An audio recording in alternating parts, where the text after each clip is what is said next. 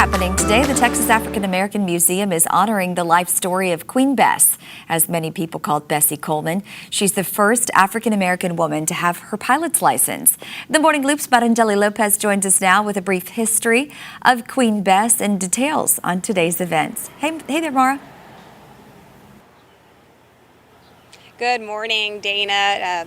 To think that you had all odds against you and then you defied them anyway to make history, that is just so inspiring. And that's what today's all about here at the Texas African American Museum. They're going to be honoring Bessie Coleman, who was the first to get her pilot license. And she was born in Atlanta, Texas, but grew up most of her life in Waxahachie. And according to the National Women's History Museum, when Coleman was ready to go to flight school, she was sad to learn that she would not be admitted in America, but learned that she could go to France to get an education. So she did. And after studying for 10 months in June of 1921, Coleman became the first Black woman and the first Native American to earn her pilot's license.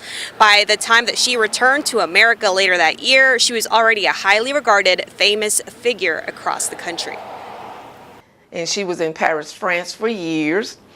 She came back to the United States, but she found out women were still not accepted into this type of industry.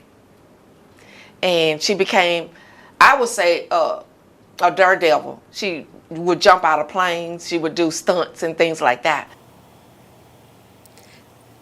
Coleman focused her attention on barnstorming, which is when stunt pilots perform dangerous tricks while flying their planes, and she refused to be a part of any events that would not allow Black people in the audience, and she also would not perform if audience members had to enter the location through separate gates based on their race. In April of 1926, sadly, Coleman did die at the age of 36 after a plane that she was flying crashed 10 minutes into her flight. And so although she lived a short life, she definitely paved the way for many young African Americans to also be able to get their pilot's license. And so later today, they're going to be honoring her here by unveiling a new exhibit and also a new art piece. And I'll be covering that and have that for y'all later today on CBS 19. Dana? All right. Thank you for that, Mara. Well, the pandemic